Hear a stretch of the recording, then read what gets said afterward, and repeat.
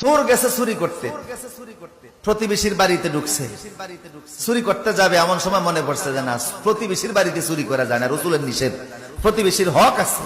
হাসরের ময়দানে যদি আল্লাহ আমারে জিজ্ঞেস করে প্রতিবেশীর হক আদায় তো করলি না, চুরি করতে গেছিস, আমি কি জবাব দেব? চুরি করা যাবে না, চলে গেছে। পরের দিন গেছে চুরি করতে আরেক ঘরে, ঘরের ভিতরে চুরি করতে যাবে, দেখে যে মূর্তি, খোঁজ দিয়ে দেখে এটা খ্রিস্টানের বাড়ি। আরে যিশু খ্রিস্টের মূর্তি এই বাড়িতে, বুঝে গেল খ্রিস্টান, বিদুর্মীর ঘরে আমি মুসলমান চুরি করব, এটা হয় নাকি? বিদুর্মীর ঘরেও চুরি করলেন না। এরপরে গেছে আরেক ঘরে, যে দেখে ওই ঘরে মূর্তির সংখ্যা আরো বেশি, এটা নমস্কারের ঘর, হিন্দুদের ঘর। ভাবলেন এই ঘরে তো আরো চুরি করা যায় না, ওরা মুশরিক। এরপরে চিন্তা করলেন না না, একটু দূরে যাই। চতুর্থ রাতে দূরে চলে গেছে এক বাড়িতে, ঘরে যে ঢুকছে চুরি করবে, দোতলার ভিতরে সিন্ধুক, দোতলায় উঠে সিন্ধুকের টাকাগুলি নামে গুনতেছে। গনার সময় দেখে কিছু টাকার উপরে লেখা আছে এটা হালাল টাকা, এই টাকা যাকাত দেওয়া হয়েছে।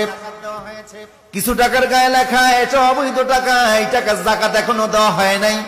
চোর চিন্তা করে চুরি যখন করবো তো হারাম টাকা চুরি করে লাভ কি, হালাল টাকাই করি যেটা যাকাত দেওয়া হয়েছে। এখন যাকাত দেওয়া টাকা সে গণতেছে। আপনারা কি মনে করেন ওর গণার কারণে সময় কি স্টপ থাকবে না? সময় চলতেছে। কিছুক্ষণ পরে দিছে ফজরের আজান। চোর চিন্তা করে আরে আগে নামাজ পরে চুরি।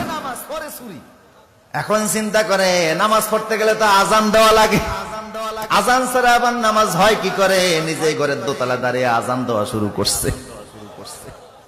ঘরের দোতলায় কোত্থেকে মুয়াজ্জিন আসলো, আজান দেওয়া শুরু করেছে। তাড়াতাড়ি তাহাজ্জুদ নামাজ পড়ে দোতলায় যেয়া দেখে একটা যুবক ছেলে দাঁড়িয়ে আছে। এই যুবক তুমি কোত্থেকে এসেছো? আমনে কে? উনি বলে আমি এই ঘরের মালিক। কয় ফজর নামাজ পড়ছেন নি? কয় না এখনো পড়ি নাই। উজু আছে নি? কয় উজু তো আছে। একামত দেন মিয়া।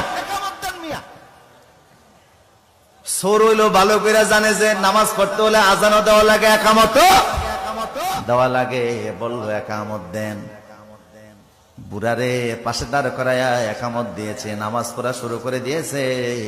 এত সুন্দর তেলাওয়াত, ঘরের মালিকের চোখ থেকে টপ টপ করে পানি পড়া শুরু হয়ে গেছে। এই যুগের বহু আলেমের চাইতো সেই যুগের সুরের তেলাওয়াত অনেক শুদ্ধ ছিল। কথা বলেন ঠিক কি না? ওরা তিলেল কোরআন তার তিলা, কোরআন তেলাওয়াত করা লাগবে শুদ্ধভাবে। কিভাবে? কিন্তু বহু মুসলমান আছে 70 থেকে 80 বছর বয়স হয়ে গেছে, 40 বছর নামাজ পড়তেছে, এখনো তেলাওয়াত শুদ্ধ। রাসূল বলেছে রুব্বা কারিন আল কুরআন ইয়ালআনুহু, অনেক মুসলমান আছে কোরআন তেলাওয়াত করে অথচ কোরআন তাদেরকে অভিশাপ দেয়। এই অভিশাপ থেকে বাঁচতে হলে কেরাত শুদ্ধ করার দরকার আছে না নাই? আর বাংলাদেশে এর চাইতে বড় সুযোগ আর দুনিয়ার কোন দেশে নাই। কারণ এত আলেম, এত মসজিদ, এত মাদ্রাসা পৃথিবীর আর কোন দেশে। আমার প্রিয় সুদীপ, নামাজ পড়া যেমন ফরজ, কেরাত শুদ্ধ করাও। চোর তেলাওয়াত শুনে গৃহস্থ মানে খুশি হয়ে গেল, খুশি হয়ে বলে তুমি কে, তোমার পরিচয় দাও। বড় সুন্দর কণ্ঠ দিয়ে নামাজ পড়িয়েছো, আমি বড় মুগ্ধ হয়ে গিয়েছি। চোর বলে আর পরিচয় দেওয়ার দরকার নাই, যা হওয়ার তা হয়ে গেছে, আমি যাচ্ছি, আসসালামু আলাইকুম। উনি বলে না, পরিচয় দেওয়া লাগবে। কেন এসেছো আমার ঘরের দোতলায়? তুমি কেন আসছো? কেমনে ঢুকছো? যুবক বলে আসছিলাম একটা কাজে, এখন আর সুযোগ নাই করার, ধরা পড়ে গেছি। মালিক বলে না, বলা লাগবে। বলে ও মালিক, পেটের অভাবে চুরি করতে বের হয়েছি, আপনার ঘরে আসছিলাম, টাকা গুনতে গেছি, এমন সময় আজান দিয়ে দিয়েছে। ভাবলাম চুরি পড়ে আগে নামাজ, নামাজ পড়তে যে ভাবলাম আজান দেওয়া লাগে, আজান দিয়েছে। আপনি আসলেন, একামত দিয়ে জামাতের সঙ্গে নামাজ পড়েছি। এখন আপনার সামনে আর আপনার টাকা নেই কেমনে? উনি বলে আমার ঘরে কি এই প্রথম আসতো না? অন্যান্য ঘরে গিয়েছিলাম, খ্রিস্টানের ঘরে মূর্তি দেখে অমুসলিমের ঘর, সে অমুসলিমের ঘরে থেকে আমি চুরি করি নাই। এরপরে গিয়েছি আমি হিন্দুর ঘরে, অমুসলিম ইসলামের দুশ্মন, তার ঘরেও চুরি করি নাই। এরপরে গিয়েছি প্রতিবেশীর ঘরে, তার ঘরেও চুরি করি নাই। তারপরে আসছি আপনার ঘরে। এইভাবে করে আপনার ঘরে আইসেও তো নিতে পারলাম না। উনি বলে তুমি যাইতে পারবা না, তুমি এখানেই থাকো। তালা মাইরা নিজে নিচে গেছে, যুবকের ঘরে আটকে নিচে চলে গেছে। এই যে স্ত্রী রে, নিজের কন্যা বিবাহের উপযুক্ত হয়েছে, একটা মুত্তাকি ছেলে তালাশ করতেছিলাম। আমার তো আর সন্তান নাই, ছেলেও নাই, মেয়েও নাই, একমাত্র মেয়ে ছাড়া। বিশাল সম্পত্তির মালিক আমি। একটা মুত্তাকি ছেলের হাতে মেয়েটাকে তুলে দিতে চাইছিলাম। এখন সেই মুত্তাকিরে আমি উর্ফে তালা মাইরা থুইছি। বউ কয় মুত্তাকি বুঝি উর্ফি দিয়াই, ঘরের দরজা আছে না?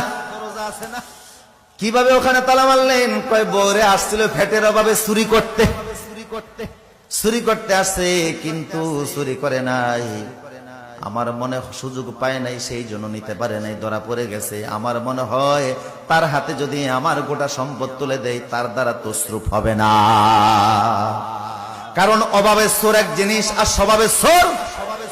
অভাবের সোর যারা, তাদেরকে অল্প দিলেই তুষ্ট হয়ে যায়। পেটের খিদা মিটে গেলে আর বাজে চিন্তা করে না।